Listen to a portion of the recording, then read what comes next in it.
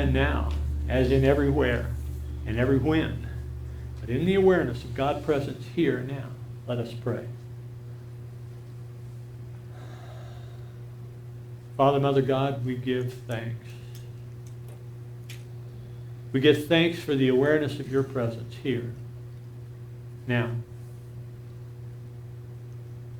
We give thanks for the opportunity to wake up this morning, to be part of this network of life.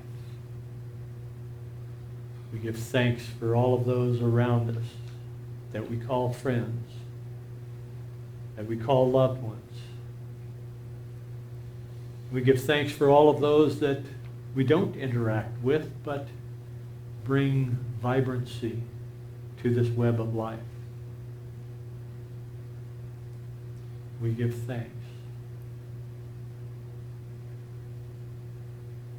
And in this hour, we recognize that there are those whose loved ones are not coming home. Loved ones who attended festivals, out for a night of entertainment,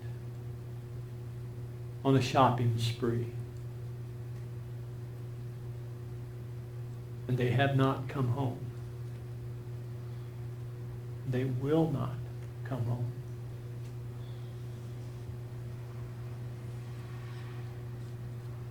Our hearts are breaking.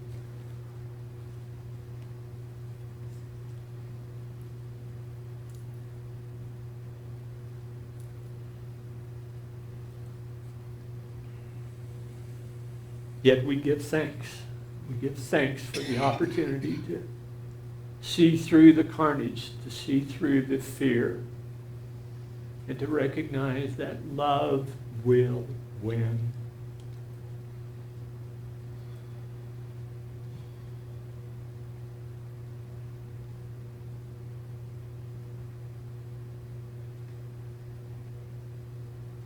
And for this realization, together we say, Amen.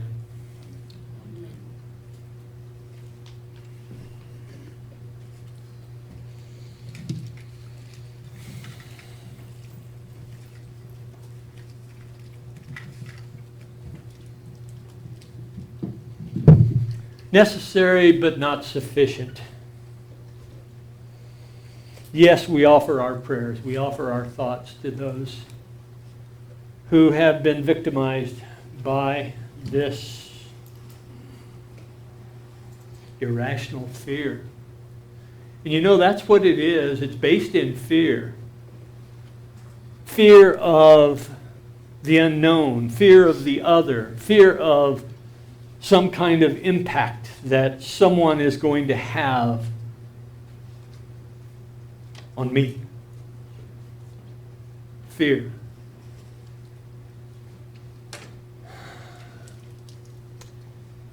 And one would have to be living under a rock to not recognize that this use of fear, a very primal human instinct, this use of fear has been weaponized as a political weapon.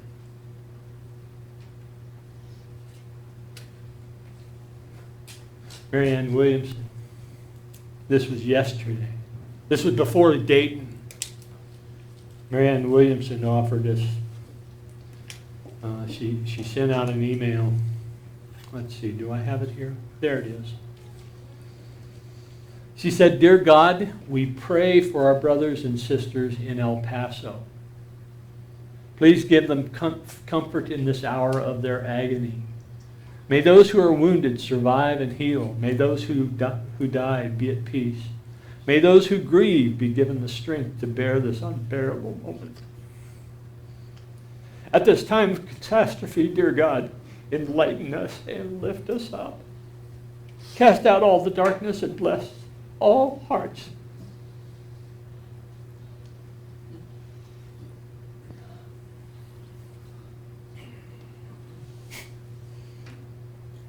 On the debate stage, Marianne made the comment that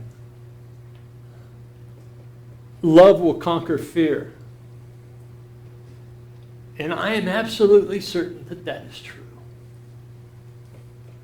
And in the meantime,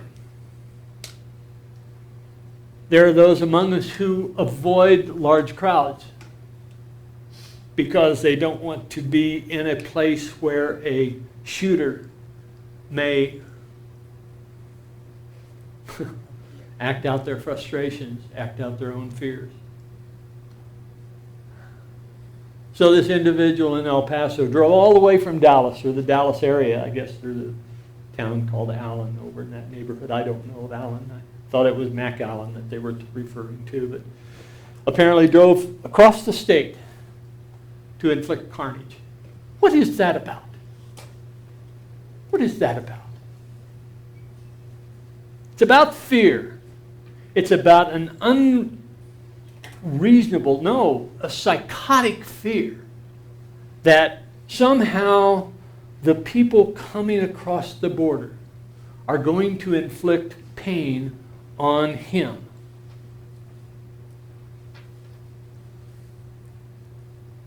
Of course, why are we surprised? The Mexicans, they're sending the worst of them. They're sending their rapists, they're sending their murderers. Oh yeah, some among them are good people, I'm sure.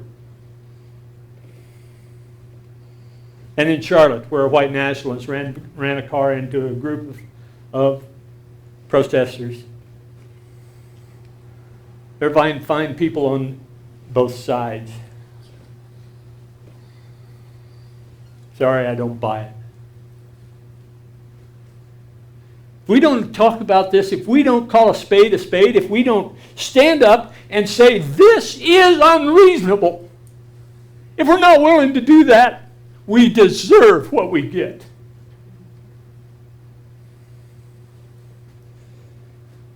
Now, there are wonderful arguments that can be made about conservatism. There are wonderful arguments that can be made about smaller government. I understand that. And I certainly can empathize with those perspectives. Turns out that I don't agree with that, but that's okay.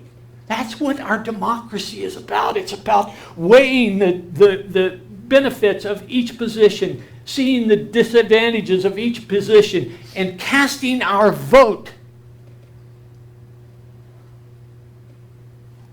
The framers of the Constitution had a wonderful idea, and the gathering of those representatives at the Constitutional Convention, very learned people, men, but nonetheless very learned people.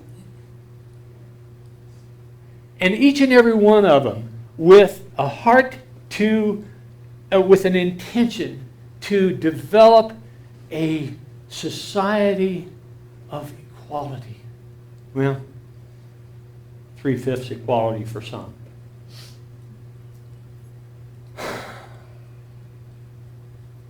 But we have taken their well-structured, tailored words and we have distorted them. Let's take a look. There's been a lot of conversation about the Second Amendment. And I'd like you to pay attention to the punctuation in this Second Amendment. A well-regulated militia, comma, being necessary to the security of a free state, comma, the right of the people to keep and bear arms, comma, shall not be infringed.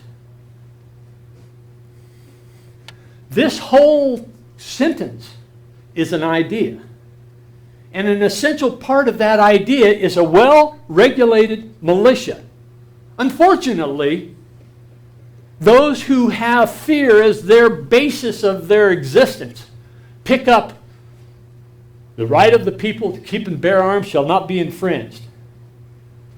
Excuse my French, but that's bullshit. That is one complete sentence. That's one complete idea. A well-regulated militia. Was this fellow in Dallas a well-regulated militiaman? I might point out that constitutional scholars, and a number of them, not just one, but a number of them, have said that this Second Amendment is really a consolation to the slave-holding states. Because state militias, at that point in time, were responsible for the rounding up of runaway slaves. And the members of those militias needed to be armed to do that. The Second Amendment is a support for the slaveholding states. Why? Because they were necessary to be engaged and affirming this Constitution. If they did not agree with the Constitution, we would not have a Constitution. But the right of the people to keep and bear arms shall not be infringed. Oh no, let's not infringe our right to bear arms. AK-47 style weapons that can eliminate. The cops in Dayton were there within 60 seconds of the first shot being fired. And still there were 9 people killed, 26 injured. Who knows how many of those are in critical condition and about to expire? 9 people. And the police were there in 60 seconds. And there are those that argue, well, the solution to this is for everybody to be armed. The solution for this is not 300 million guns in this country, but 700 million guns in this country.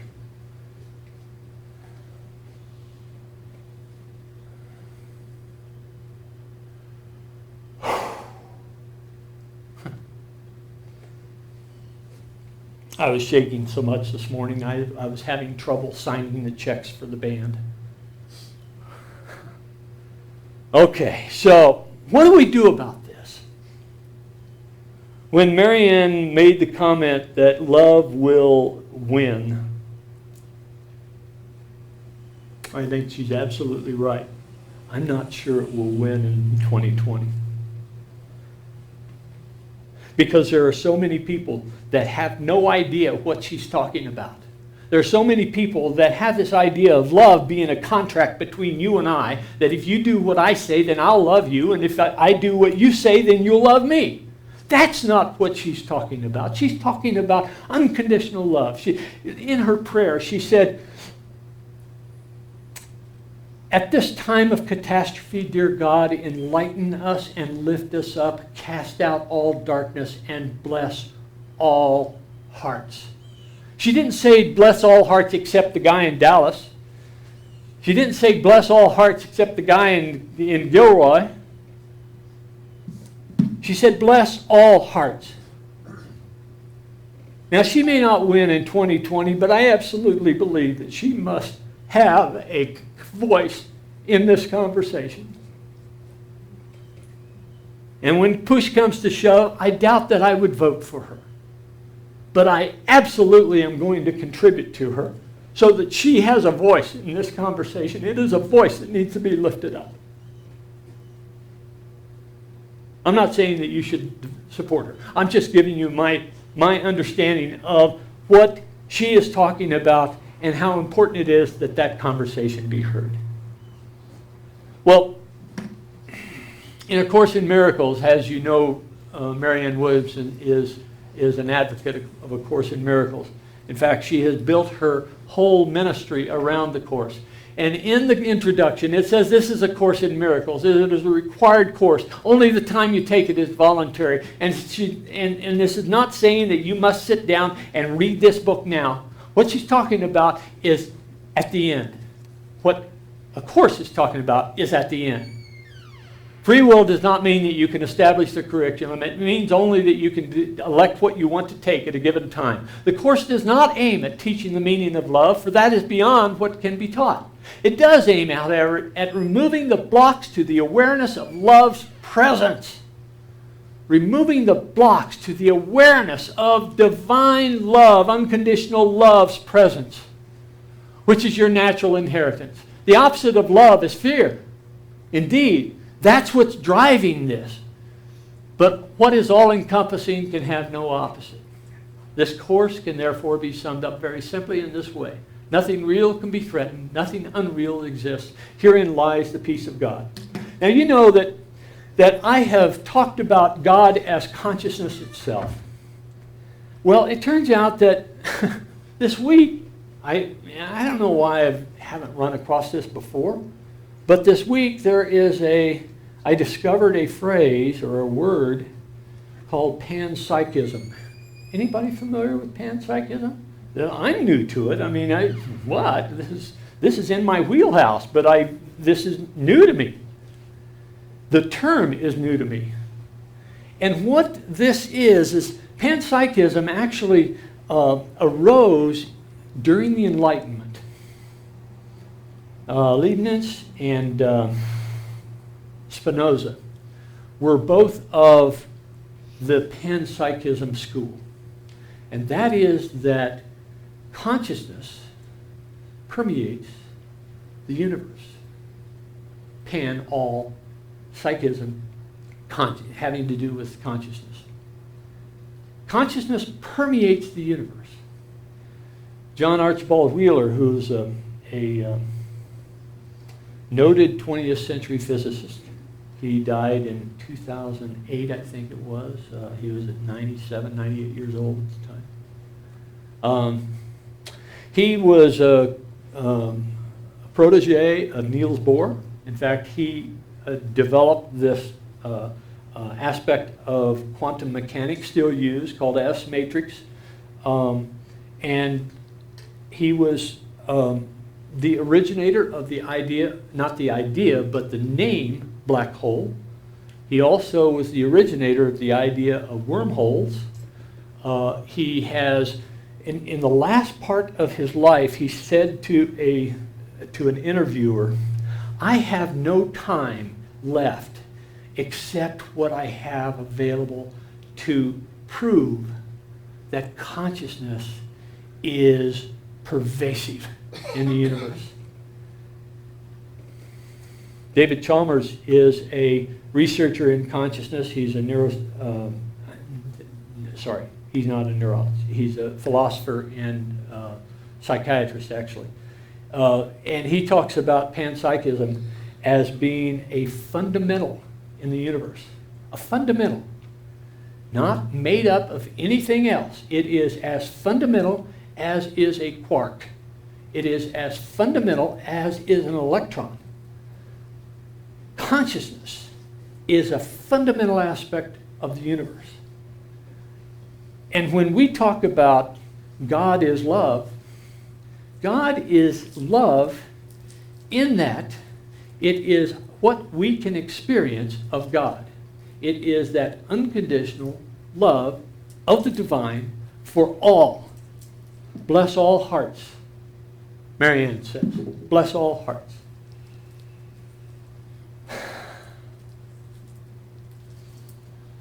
My God, this could go on for 3 hours, and I'm not going to put you through it. So what's the solution to this permeating fear? What is the solution to our avoidance of large crowds so that we're not exposed to some psychic words escape me. Some psychotic shooter. Number one, we must reject, out of hand, we must reject any appeal to fear as a political weapon. When used as a political weapon, we must reject that. Number two, when we talk about, let's see, what am I doing here? When we talk about prayer, last week we did talk about prayer. We had talked about these 4 levels of prayer. The beseeching prayer, the prayer that typically is our thoughts and prayers are with the people of El Paso, right? Our thoughts and prayers are with the people of Dayton. Our thoughts and prayers are the people with Gilroy. How many places do we have to name in this, our thoughts and prayers? That's beseeching prayer. That acknowledges a relationship with the divine, but it has a basis in fear. Fix this, oh God, fix this before I get upset. Affirmative prayer, that is recognizing that all that we need is merely an attempt on our part to fulfill some lack that we sense within ourselves, and recognize that those feelings of lack are really of our own doing. And affirmative prayer is to lift us into a consciousness where that prayer is about recognizing that we have what we need. Surrendering prayer, not my will, but thy will, and appreciative prayer. And it's the appreciative prayer that we need to start practicing. Meister Eckhart in the 14th century made the comment that a prayer of gratitude is sufficient. In fact, a prayer of gratitude is the only prayer that God hears. That's anthropomorphizing God, but okay, 14th century. So when we recognize that God is consciousness itself, and when we recognize that unconditional love is what we can experience of God, then we need to practice it. Because only in practicing unconditional love will we cast out fear. Only in practicing, and that's found in Scripture as well, not just A Course in Miracles, but unconditional love. Unconditional love. That is our charge. Bless all hearts. My business partner back in the 80s was murdered by a past babysitter. Not only he, but his 11-year-old son. And we gathered in the basement of Unity of Boulder. There was 40 or 50 of us that were grieving Evan Scharf's loss. And I made the comment to the reaction of the crowd that not only must we bless Evan, but we must also bless the person who stabbed him 20 or 30 times. We must bless that person that took the light of life from that 11-year-old Robbie. That's really hard to do. That's very difficult to do, but there is no other route out. We need to do this. This is our charge.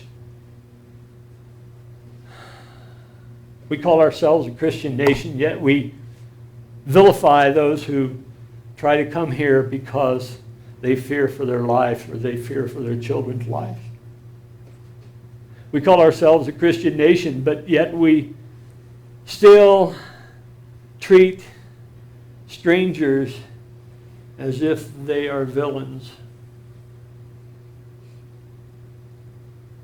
If we want to call ourselves a Christian nation, then let's follow the teachings of Jesus. If we don't, we have absolutely no right to call ourselves a Christian nation. And the third thing that we can do is we can contact our representatives. Both the representatives that agree with us and the representatives that don't agree with us. We can inundate them with requests to get off their butts and get this fixed. They're the ones that we've empowered. They're the ones that our Constitution has empowered. Let's talk to our city councilmen. Let's talk to our state representatives. Let's talk to our state senators. Let's talk to our U.S. representatives and our U.S. senators. Let's flood the cabinet with our ire that this needs to be fixed. I frankly am tired of standing up here after a massacre. And my God, 2 massacres in the last 24 hours.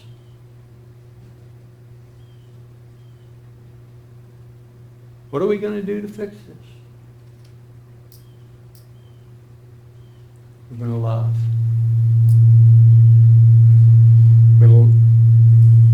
We're going to love unconditionally. Back up, please. I need more volume. We're going to need to love unconditionally.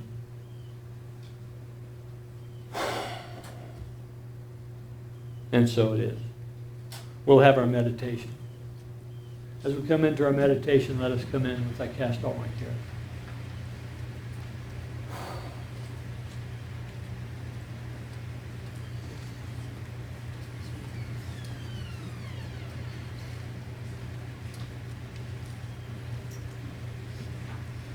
Turn the fan back on. Is that okay or is it too loud?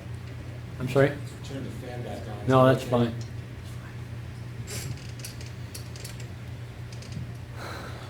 Yeah, after the heat I've expelled, we need some cooling.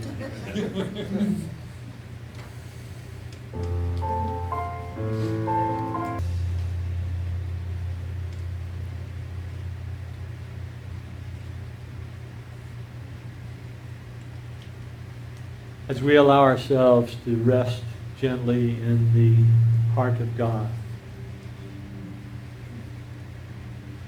feeling that unconditional love embrace us, permeate us,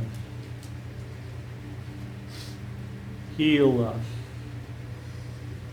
transform us.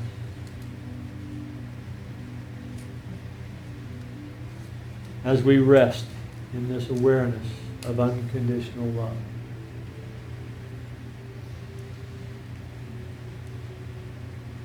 We are empowered.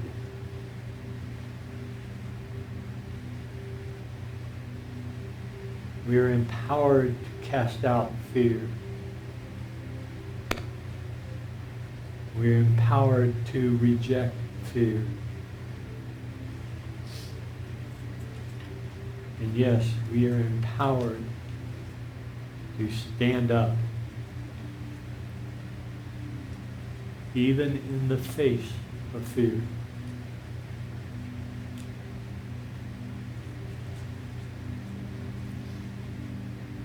Resting in this sense of unconditional love, in this sea of God energy moving through us.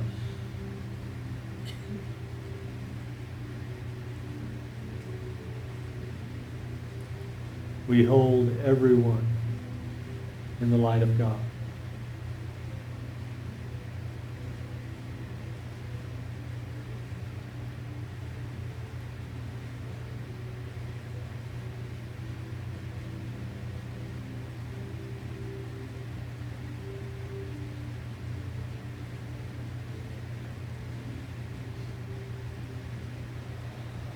As we meet strangers on the street, we empower them to love with a smile. As we encounter people who, acting out of fear, are rude, obnoxious, in our face, we empower them to love by accepting who they are in reality. Children of God, harbors of the Christ.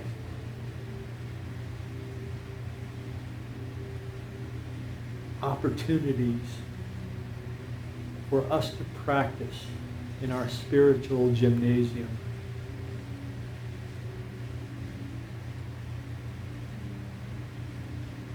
This is who we are. Let us accept that identity. We are children of God. We are empowered to love unconditionally, even those who have no idea what that means. Even those who are embraced in fear. Even those who think that their actions to ward off the people that they fear, shut them out, to denigrate them. Even those we empower to love by offering our love unconditionally.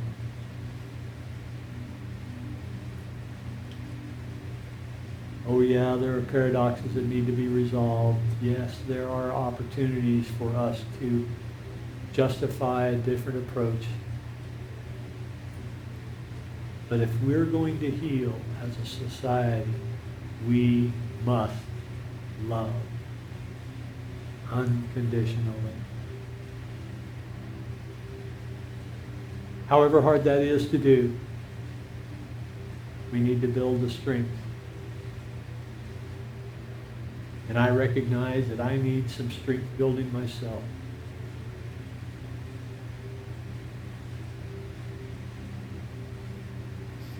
But it's up to us.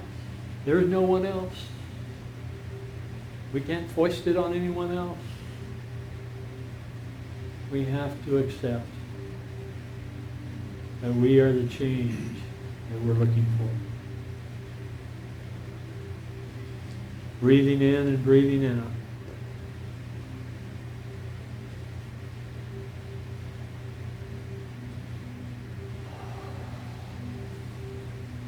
We give thanks.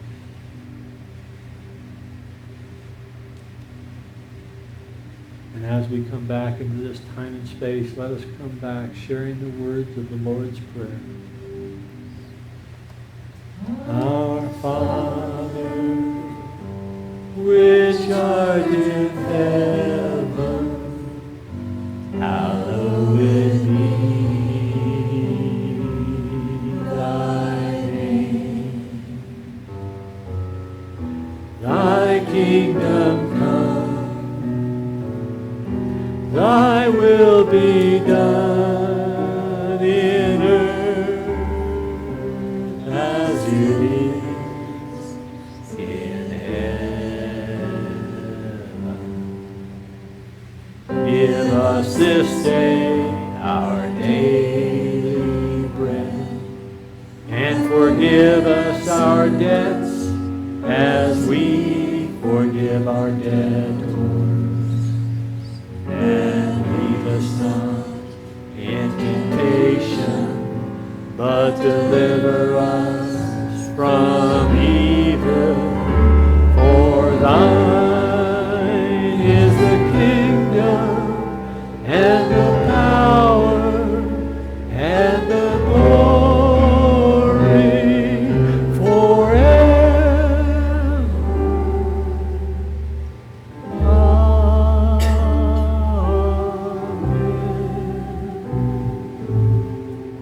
Amen. We'll take an offering for unity now. As we take our offerings in our hands, let us bless them with this offering statement. Together, please. Divine love, through me, blesses and multiplies all that I have, all that I give, and all that I receive. I give in love because I trust in God. And once again, Patty Jackson, irreverence.